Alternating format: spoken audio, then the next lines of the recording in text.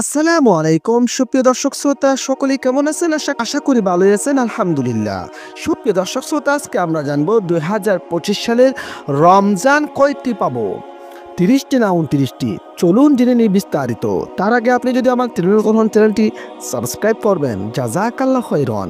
২০২৫ সালের এবং ১৪৪৬ হিজরির জ্যোতির্বিদ্যার হিসাব অনুযায়ী আরব আমিরাত সহ মধ্যপ্রাচ্যের পবিত্র মাহে রমজান মাসটি শুরু হয়েছে ১ মার্চ ২০২৫ শনিবার, আর বাংলাদেশে শুরু হয়েছিল ২ মার্চ ২০২৫।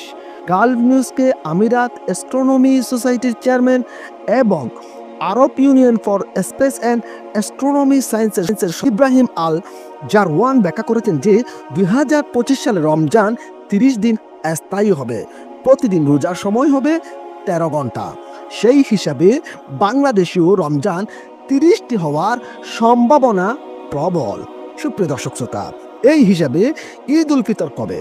আল জারওয়ানের অনুসারে ১৪৪৬ সালের শাওয়াল মাসের অর্ধচন্দ্র অর্থাৎ রমজানের সমাপ্তি চিহ্নকারী ২৯ মার্চ শনিবার সংযুক্ত আরব আমিরাতের সময় দুপুর ২টা ৫৮ জন্মগ্রহণ করবে। সেই হিসেবে বাংলাদেশে মঙ্গলবার ১ তারিখ ২০২৫ সালের ১ এপ্রিল ঈদ উল ফিতর অনুষ্ঠিত হবে। আমি আবার বলছি, সেই হিসেবে বাংলাদেশে মঙ্গলবার ১ তারিখ ২০২৫ সালের ১ এপ্রিল ঈদ উল ফিতর অনুষ্ঠিত হবে।